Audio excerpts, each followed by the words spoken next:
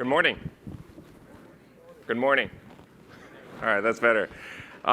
Welcome. I want to add my welcome to Jane and Eileen. It's so wonderful to have you, Jane.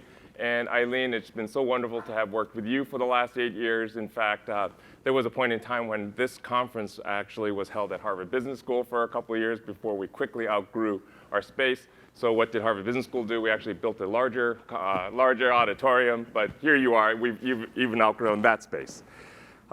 It's wonderful to see how much this gathering of educators and entrepreneurs and policymakers, investors and innovators from all parts of the education sector have grown over the years and are here today. And I think you're in for a real treat. So welcome to all of you. As Jane said, my name is John Kim, and I'm actually very thrilled to be moderating this panel. In addition to teaching at Harvard Business School, I've also been an entrepreneur in this space for the last 25 years, so I'll try to bring both of those perspectives. I'm delighted to kick off this conference with our keynote panel with some of the fantastic CEOs. They're in the front lines of our panel today is called Creating the Future of Learning.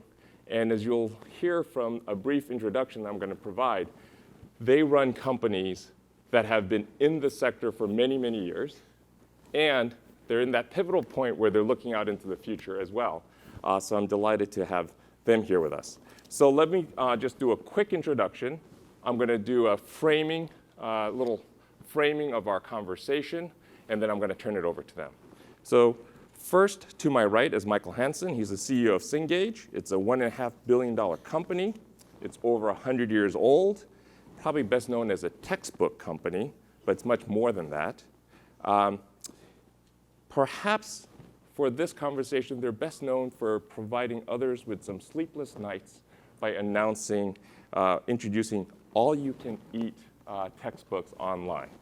And to his right is Jamie Candee, CEO of Edmentum, probably better known maybe by some of you as Plato Learning, founded 60 years ago. She is the head of an organization that provides research-based digital curriculum, assessments, and quality educational consulting. And I think what really distinguishes her is she's been with the organization since 2004, off and on. And looking at her bio, she's literally had every important position in that organization. So I'm really glad to have her here. And finally, but not least, is Frank Britt on the end here. He's the CEO of Penn Foster, another organization that's been around for 130 years, almost 130 years. Their mission is helping middle-skilled workforce with affordable, accredited online programs for upskilling individuals. So I'm delighted to have him here. And his organization is also funded by a social impact fund. So please join me in welcoming all of them here today.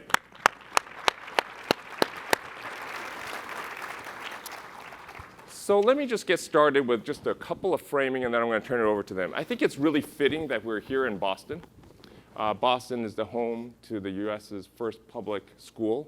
And if you think about some of the most important transformational achievements of this country, it may perhaps be that over 150 years ago, education was the privilege of the rich or the religious. And here we are, home of the public school system. And over that time period, the US has achieved almost universal enrollment in primary education, and other countries like China and India have also achieved that. And during that same period of time, we have increased the number of people who are able to access higher education. And so there's a lot of transformation and a lot of achievements to be proud of. That being said, I think we also know that everyone in the room recognizes that things are not quite adding up to what I think we all want them to be. Just to name a few things, student achievement in the K-12 sector has been stagnating. There's a sense that countries outside of the US are accelerating their achievement at a higher rate. And while we're still working hard to achieve better scores in core curriculum, core subjects, some people are also arguing, well, that's not enough, and we should really be thinking about social, emotional, behavioral aspects, but we can't agree on how to measure those. Higher education costs have risen ever higher and feel very much out of reach for many people. Yet, small colleges are failing, And by one estimate, over almost 20% of the 4,000 accredited higher education institutions are at risk, despite all these higher costs. Students have taken on nearly $1.5 trillion of student debt in this country. Just to put that into perspective, that's about 4 times the national debt of Greece, which was obviously involved in a lot of the financial issues after the Great Recession. Graduation rates are only about 50%. Yet here we are together thinking about what does the future of learning, future of schooling look like? And so I'm just delighted to have our panelists who are going to be talking about that. I'm going to start with Michael here. And really the first question I'm going to pose to them is, please start with just a brief introduction about your organization. And what do you see as the 2 or 3 large challenges and opportunities that you see from your vantage point? So Michael? Thanks, John. And good morning, everybody. And I'm delighted to be here at this panel and my fellow panelists.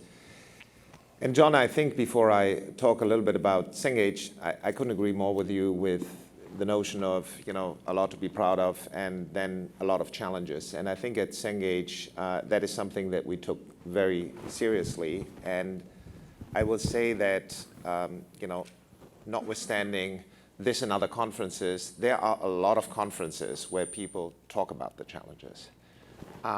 We are much more focused on not only talking about that, but also actually doing something about it. And the reality in many respects is that the system has been set up to be comfortable for the participants in the system. Whether those are institutions, whether those are teachers, whether those are companies, it's a model that fits us well because it's predictable. Who on earth said that a degree should take 4 years? Who made that up? No student said, yes, I want to be 4 years in school, right? It's an arbitrary number, and it's an arbitrary system that was set up. And the point that I'm trying to make is we need to challenge every aspect of what we do.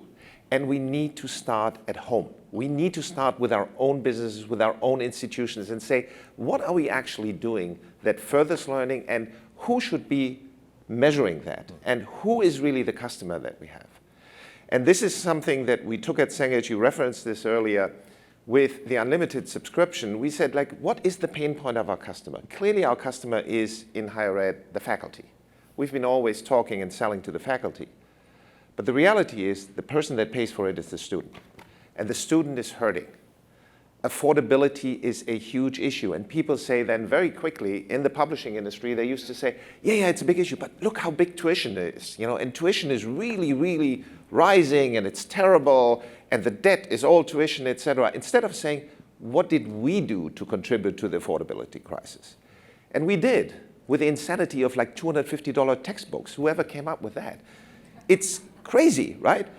But we did as an industry, and our focus really at Cengage has been to break the mold, do something about it. We introduced Netflix-like subscription. So for $120, you can now get all your textbooks. And in fact, for $70 now, you can get all your textbooks, and you can get all the digital platforms for $120 a semester. My point being, we got to start at home, and we got to start with the markets that we're currently operating in. And there's a lot of innovation that we can bring to these markets, and we can do it relatively quickly. Last point, Cengage, as you said, $1.5 billion company. We're predominantly US higher ed as a business, and we serve about 10 million of the 20 million higher ed students in the United States. Great, thank you. Good morning, everyone. I'm Candee. I'm the CEO of Edmentum. So Edmentum was a company that came together in 2012. It was a merger between, many of you know, Play to Learning. We'll celebrate 60 years of Play to Learning. We were one of the first edtech companies in the country. And Archipelago Learning, which is very well known for Study Island. So what we do is we serve roughly 40,000 schools in the United States, over 5 million students on an annual basis, and about 1 million teachers. And we are one of the largest K-12 digital curriculum providers, and we pair that curriculum with a pair of both diagnostic and formative assessment tools. So very focused on personalized learning. The question was, what are the 2 or 3 bigger challenges that we're focusing on? And I agree with Michael, it's really about what are we doing about it? So for us in K-12, 3 big issues. So the first one is what we call building school around a student. And so what does that mean? What it means is we have got to set aside this traditional concept, this arbitrary, this idea that kids go into a school and maybe we give them some free time to do quote unquote personalized learning. The whole system is structured around a context and a way of learning that doesn't work for most kids.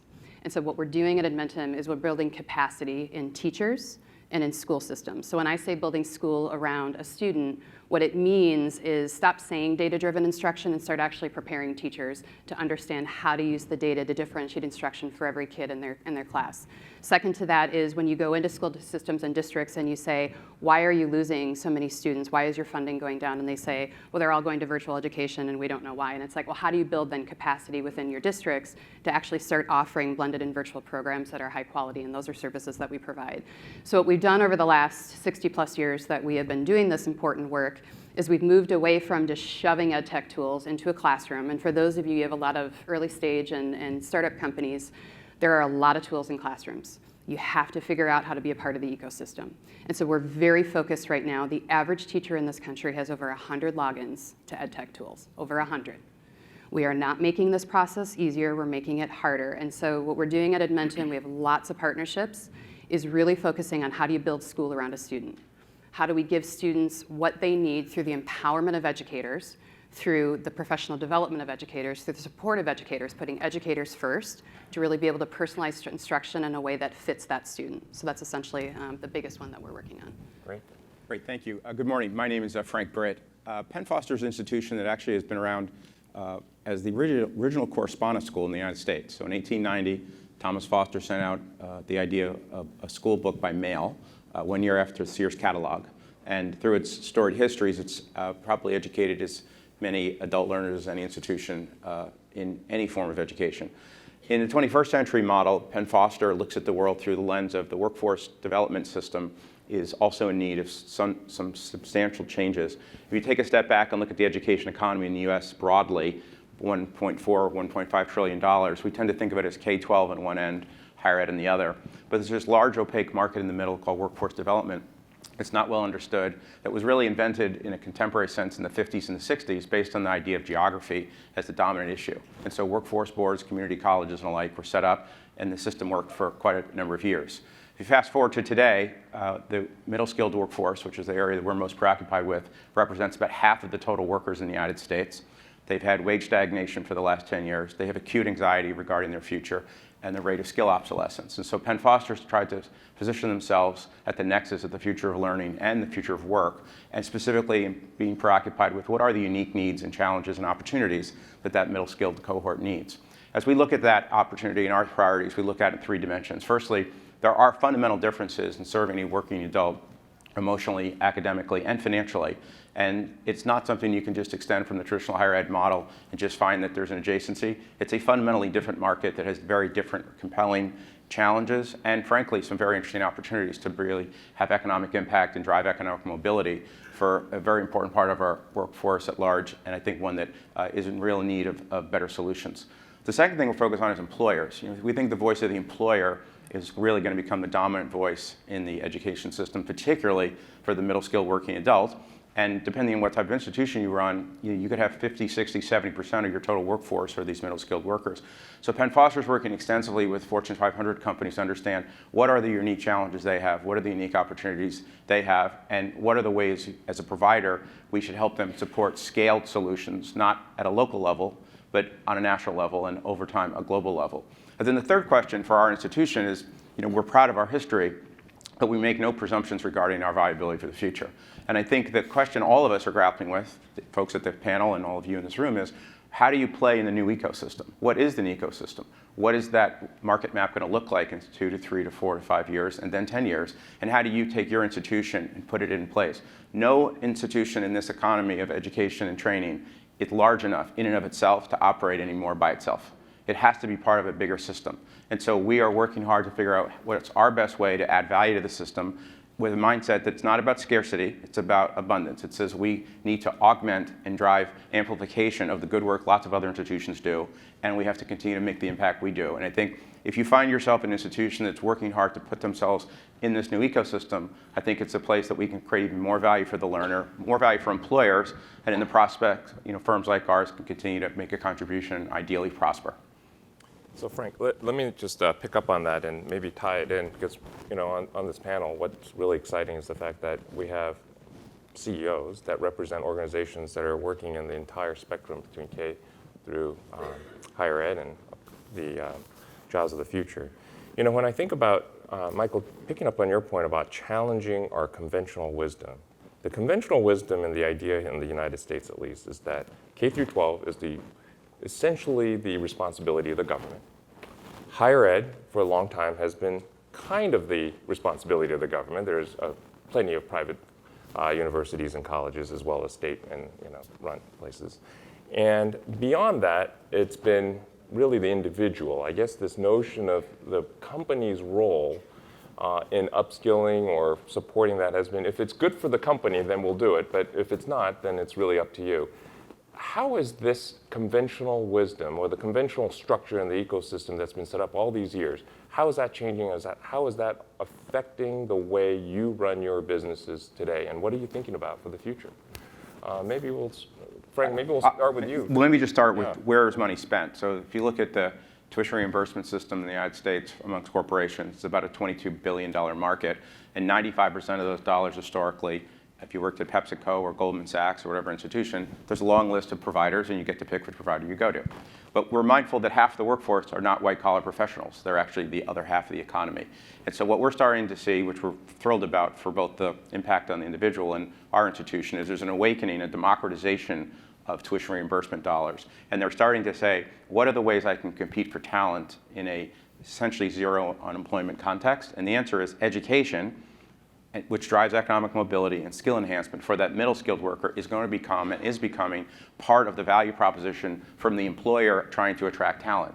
So whether you are at Amazon, whether you're at McDonald's, or any other institution in between, what we're starting to see is that the base case 3-5 years from today will be the education as part of the offering, not just for the white collar professionals and the machine learning folks and the computer engineers, but for the mainstream workforce in the country. And so we think that the moment has arrived, the inflection point has arrived, where employers are taking a much more activist approach. That's the good news. The bad news is if you're a provider or any other player in the ecosystem, you're not accustomed to dealing with Amazon. Yeah. You're not accustomed to dealing with McDonald's. And so how do you have to adjust how you do what you do to complementary meet the needs of a learner and the needs of an employer? Yeah, and how is that affecting what you do? From a K-12 perspective, there's a really interesting movement that is starting to accelerate. So you've got about half the states in the country that have what we would consider really progressive alternative graduation standards. And so what that means is, if you look at states like Louisiana and Tennessee and Indiana, use Indiana as an example. The governor has a big initiative. The really great thing in these states, and I'd encourage more states to take a look at some of these policies, is in Indiana, you get about $6,800 per pupil funding. And if tracked appropriately, if we have guidance counselors, and we do a lot of this work at Edmentum as well, and working in these high schools, we're giving students the opportunity to figure out potentially what they want to do that may not include a four-year institution. And then what they're allowed to do is take some of their per pupil funding and allocate that towards CTE pathways. And then they can use those pathways as part of their graduation requirements or in lieu of a traditional diploma.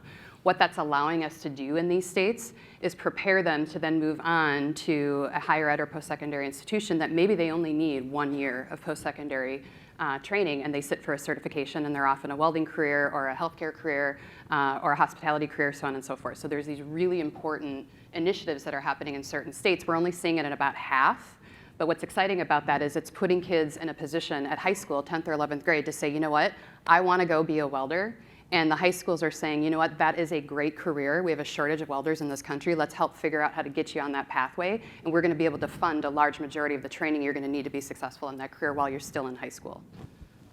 Michael, your thoughts? Yeah, so I love the way that you described it, John. I mean, this is really, so these are these monolithic systems around K-12, higher ed, and then it goes into the workforce. Right. Let's view it for a moment from the user perspective. Okay.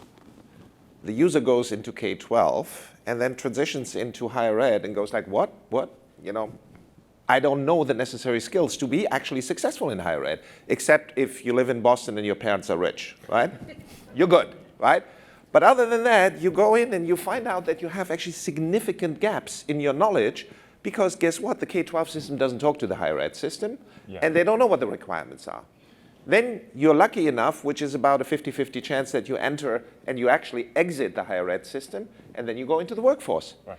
And then they say, well, wait a minute, I thought I'm getting an engineer, Boeing says, and they don't because actually it takes time for them to skill up the workforce to the point that they can actually be productive.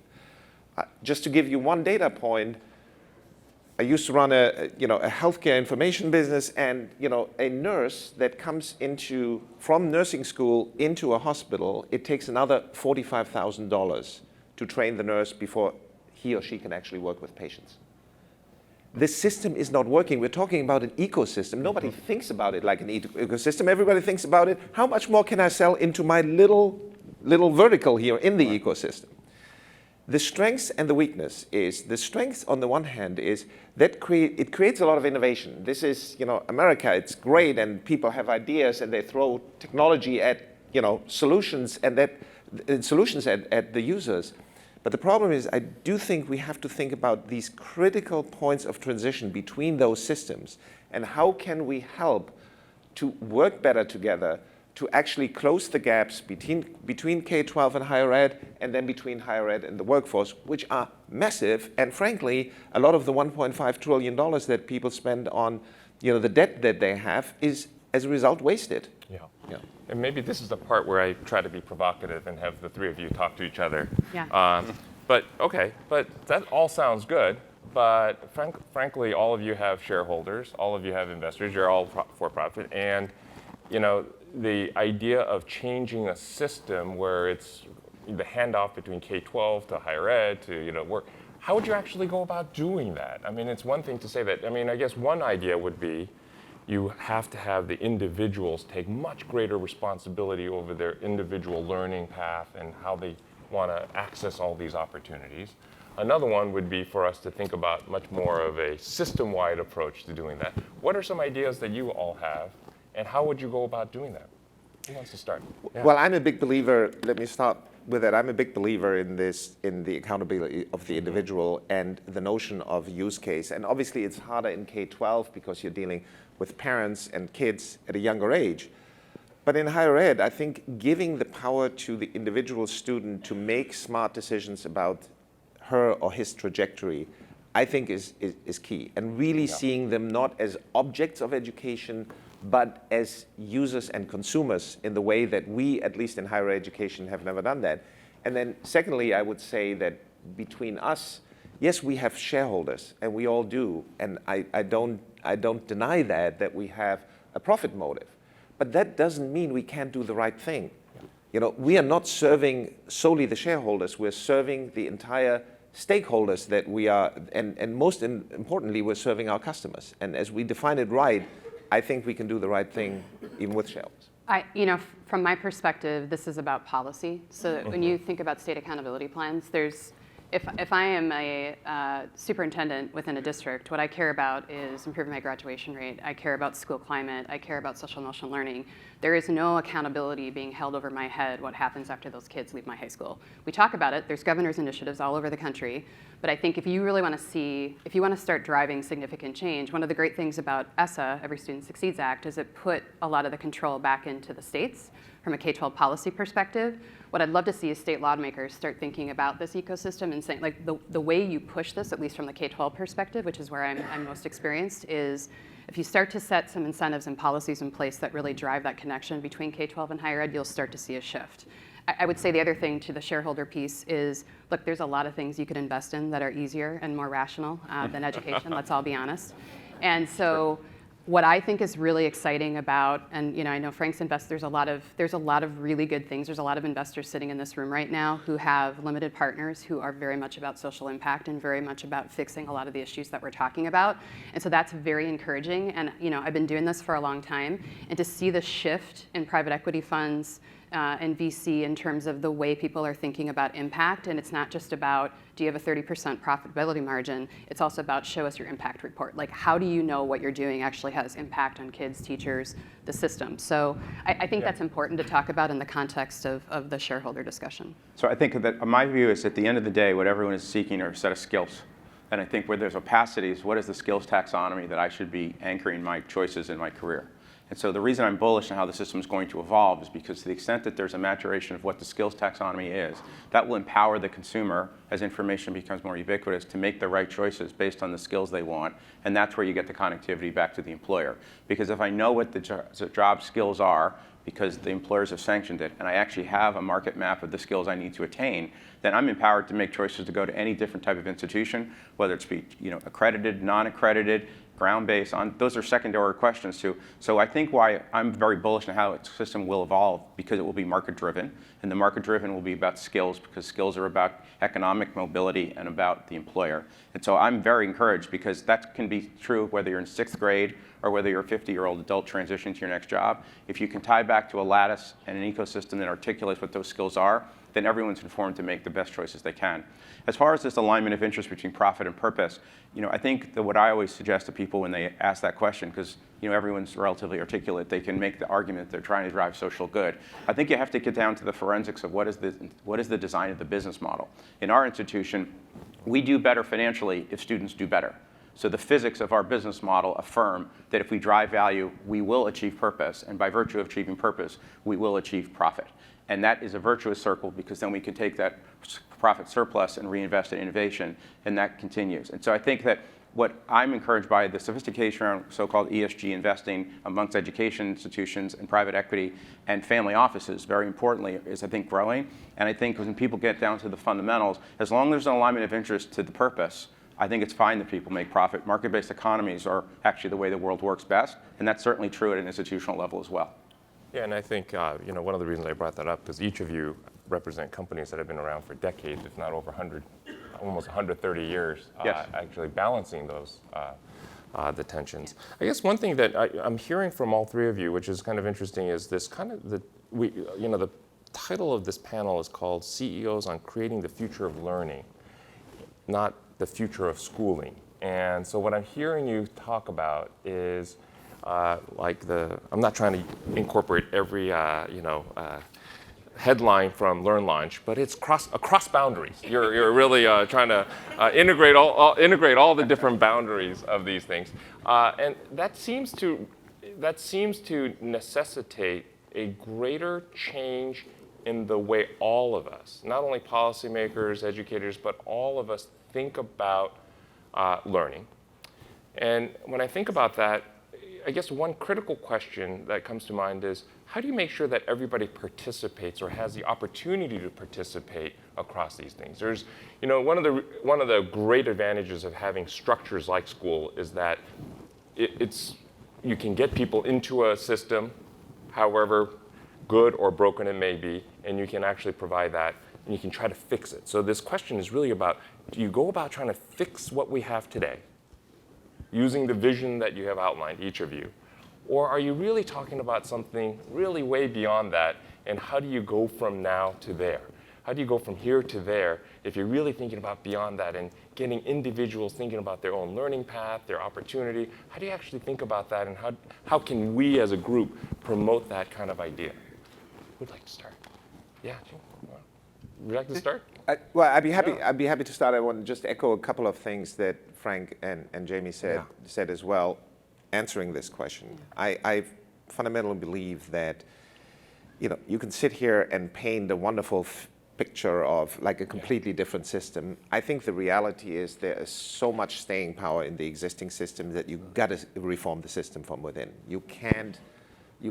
I mean, as much as you can, have speeches about that, I think the path to a completely new system starting from scratch is very painful, very long, if at all achievable.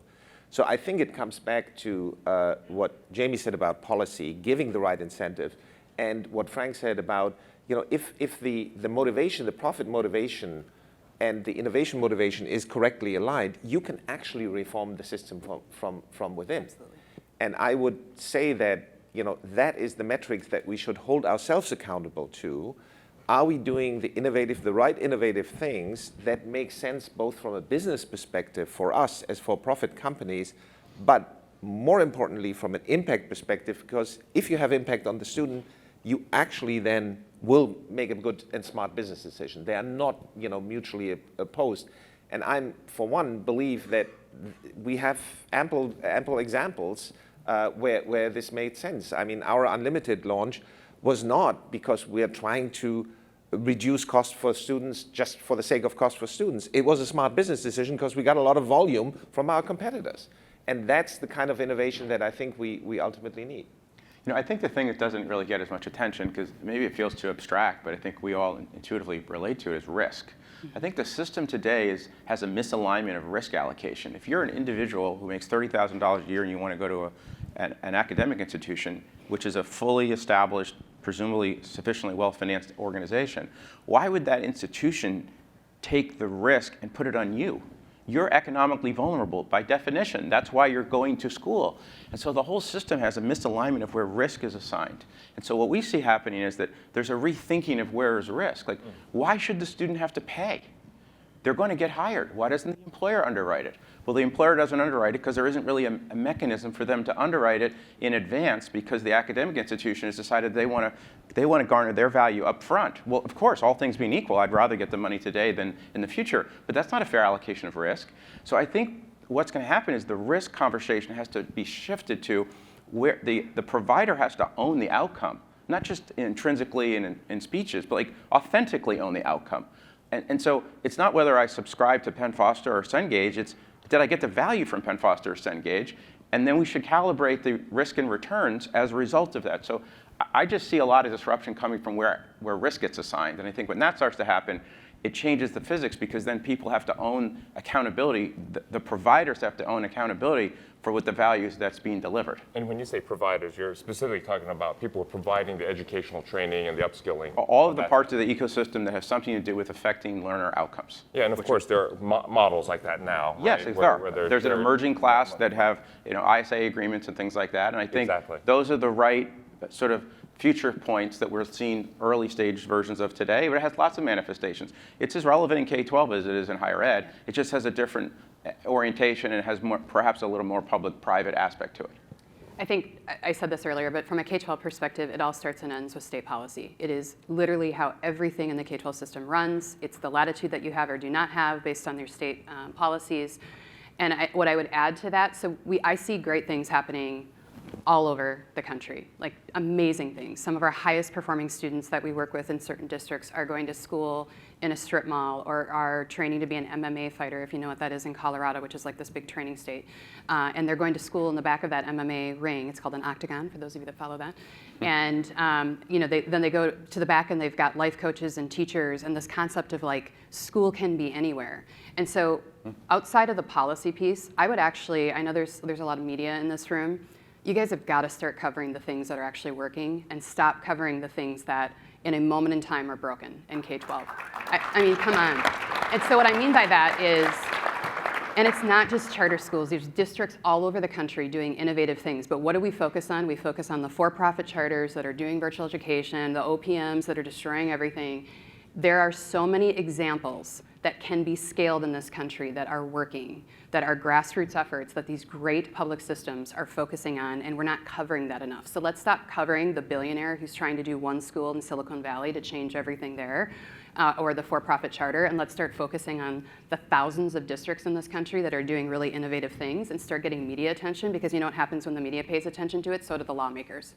So that would be my call in terms of like how we continue with the stuff that's working and stop with the things that aren't in K-12. So we have just a few minutes left, and maybe, Jamie, just picking up on that, maybe we should end this panel and set people off on a more optimistic and positive note. Why don't each of you talk about what are some exciting things that you see that are working? What's making you, we started with the challenges, it's like we tend to be analytical people, like to always solve problems. But let's be dreamers. And Frank, we'll come back this way. What's exciting what's exciting to you about the future of learning, and what are you focused on? I think that there's so many different opportunities to help the middle skilled workforce. They don't solve for academic challenges, they solve for life challenges, and academics are part of their life.